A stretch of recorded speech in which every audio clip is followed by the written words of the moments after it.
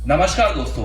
आपको ये जानकर बहुत हैरानी होगी कि रिसर्च एंड डेवलपमेंट में तो स्विट्जरलैंड नंबर 1 पे है। अलग बात है कि इंडिया में स्विट्जरलैंड की पॉपुलेशन से ज्यादा इंजीनियर हर साल डिग्री लेके पास आउट होते हैं। स्टैटिस्टा की रिपोर्ट्स के according 16.3 graduates and 14.2 post graduate लोग अनएम्प्लॉयड है और इसके अलावा ये लिस्ट और भी बहुत ज्यादा लंबी है। और आजकल बात सिर्फ इतनी ही नहीं है, क्योंकि अगर आप पढ़े लिखे हो और आपको अगर इंग्लिश बोलनी नहीं आती तो आपके साथ रहने वाले लोग और आप जिन लोगों के बीच उठते बैठते हो वही लोग आप पे हंसेंगे और आपका मजाक बनाएंगे, क्योंकि इंग्लिश को एज अ सब्जेक्ट पढ़ाया जाता है पर वो एक सब्जेक्ट की बजाय एक क्लास बन गया है इंडिया में। पुअर कम्युनिकेशन बोला जाता है अगर आपकी इंग्लिश अच्छी नहीं है तो, जबकि इंग्लिश ना आने का सीधा सा ये मतलब है कि आपको उसके अलावा कोई और सी लैंग्वेज आती है, क्योंकि आप बोल तो रहे ही हो। और इंडिया के एजुकेशन की सच्चाई तो ये है कि यहाँ पे चल रहा है रटने का कंपटीशन। अगर आप रट्टे मार के अच्छी परसेंटेज ले आओ तो शायद कोई कंपनी आपको हायर कर भी ले, बट इन केस आपकी परसेंटेज लो है तो कंपनी आपको इंटरव्यू में भी अटेम्प्ट नहीं करने देंगी। और यहाँ पे सब्जेक्ट के नाम पे होता है मजाक और आपको बुक्स दी जाती है पढ़ने के लिए इतनी मोटी मोटी, जिनमें बेसिक के नाम पे आपको बहुत कुछ पढ़ाया जा रहा है। अलग बात है कि फ्यूचर में आपके काम इसमें से कुछ भी नहीं आने वाला। और आजकल तो बच्चों को कंपटीशन के नाम पे और कम मार्क्स आने पे इतना डिमोटिवेट किया जाता है कि पूछो ही मत। स्टूडेंट्स के अपने घर वाले उन्हें टाइम टू टाइम डिमोटिवेट करने के लिए पहुंच जाते हैं, और अगर आप इंडिया में रहते हैं तो रिलेटिव्स के बारे में तो आपको पता ही होगा। और ये अलग बात है कि किसी भी स्टूडेंट का मन किस फील्ड में ज्यादा लगता है या उसे किस चीज में इंटरेस्ट है, इस बात को जानने में किसी का भी इंटरेस्ट नहीं है, चाहे वो उसके पेरेंट्स हो, चाहे वो उसके टीचर्स हो या फिर उनके रिलेटिव्स हो। और ना ही आजकल के बच्चे खुद उस फील्ड में आगे बढ़ना चाहते हैं, क्योंकि उन्हें आगे चल के अपने पेरेंट्स से ही ताने पड़ने का डर बहुत ज्यादा सताता है। मतलब आजकल के हर पेरेंट्स को चाहिए कि उनका बच्चा जिस भी क्लास में, जिस भी स्कूल और कॉलेज में पढ़ता है, वो वहां का टॉपर बने। अलग बात है कि इससे होगा क्या वो कोई भी नहीं जानता। और आजकल के पेरेंट्स ये भूल गए हैं कि शेर, हाथी, गधे, घोड़े और सांप में जमीन और आसमान का फर्क होता है। हर कोई अपनी अपनी एक अलग खासियत के लिए जाना जाता है। अब अगर इन सबको एक लाइन में खड़ा करके पेड़ पे चढ़ने को बोल दिया जाए तो इन सबको तो यही लगेगा ना कि मैं अपने जीवन में किसी लायक नहीं हूँ, क्योंकि उससे वो काम हो ही नहीं रहा जो आप करवाना चाहते हो, और आप उन्हें वो काम करने ही नहीं दे रहे जो वो करना चाहते हैं। कहने को तो हर स्कूल और घर में महाभारत और रामायण का ज्ञान दिया जाता है। अलग बात है कि उसी रामायण और महाभारत में से कोई भी पेरेंट्स या टीचर ये सीखने को राजी नहीं है कि महाभारत में गुरु द्रोणाचार्य ने पांचों पांडवों को अलग अलग शिक्षा दी थी और अलग अलग चीजों में ही बलवान बनाया था। क्योंकि अगर वो पांचों भाइयों को गदाधारी या धनुर्धारी बनाने में रख जाते तो बाकी के 4 तो गिल्ट में ही रह जाते ना। बच्चों को महाभारत और रामायण से सीखना चाहिए, ये चीज तो समझ आती है, बट पेरेंट्स को इन सारी चीजों का नजरअंदाज करना कहाँ लिखा है ये समझ नहीं आता। तो मेरे हिसाब से हर पेरेंट्स को अपने बच्चों को उनके इंटरेस्टेड फील्ड में ही सपोर्ट करना चाहिए, ताकि वो उसमें अपना बेस्ट दे सकें। और वैसे भी हमारे एजुकेशन सिस्टम में ज्यादा ऑप्शंस है भी नहीं, पर जितने हैं एटलीस्ट उनमें तो बच्चों को अपने आप से चूज करने की आजादी होनी ही चाहिए।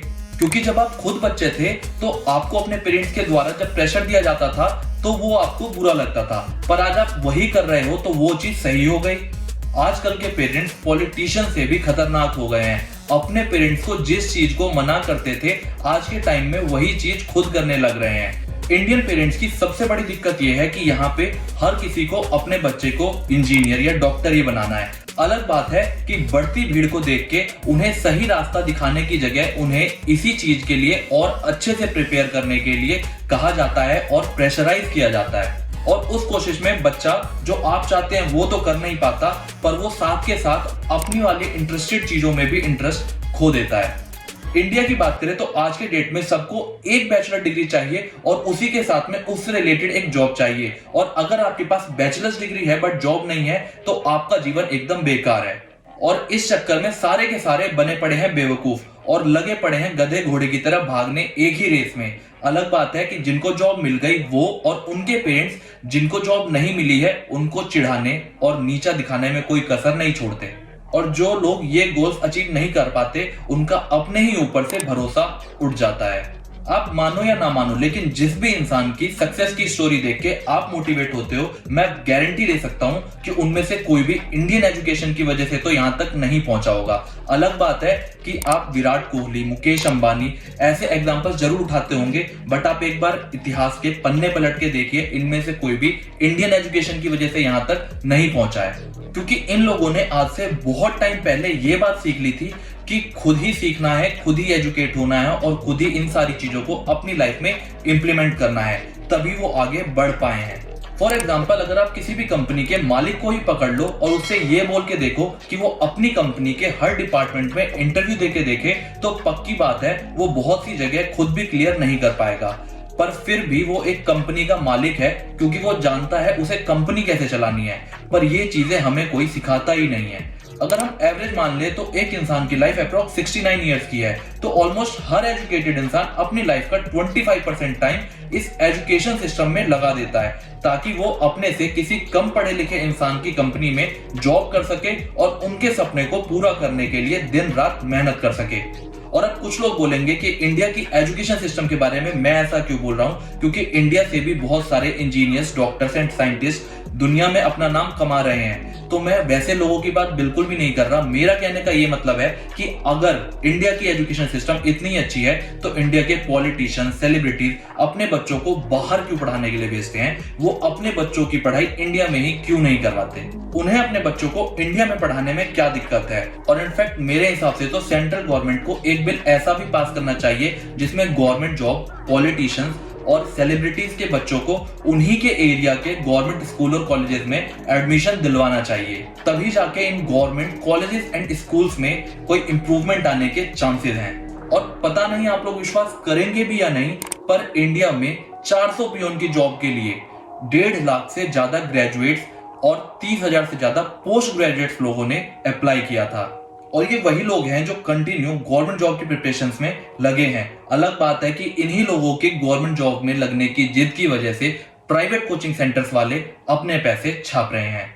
और सबसे बड़ी सच्चाई ये है कि ये सारी जद्दोजहद की जाती है एक परमानेंट गवर्नमेंट जॉब के लिए, क्योंकि उसके बाद ये लोग वहां काम करें या ना करें, वहां से इन्हें निकाला नहीं जाएगा।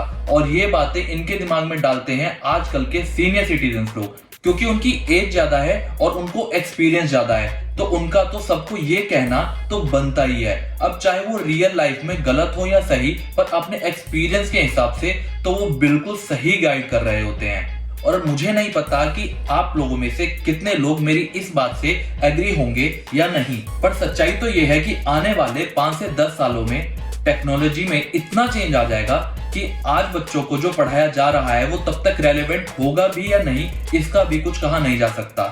और मेरे इस वीडियो को बनाने का ये मतलब बिल्कुल भी नहीं है कि बच्चे पढ़ाई छोड़ दें या फिर बेसिक स्टडीज पे फोकस ना करें, और उसके साथ एक सेकंड ऑप्शन लेके जरूर चलें। और हर एक पेरेंट से मेरी रिक्वेस्ट है कि अपने बच्चों के ड्रीम्स को पूरा करने में जितने हद तक हो सके उनकी पूरी हेल्प करें। तो आज के लिए बस इतना ही। उम्मीद है वीडियो में दी गई इन्फॉर्मेशन आपको पसंद आई होगी, तो वीडियो को अपने जानने वालों के साथ शेयर करें, वीडियो को लाइक करके अप्रिशिएट करें, कमेंट करके फीडबैक दें और चैनल को सब्सक्राइब करके बेल आइकन दबाना ना भूलें। जय हिंद, जय भारत।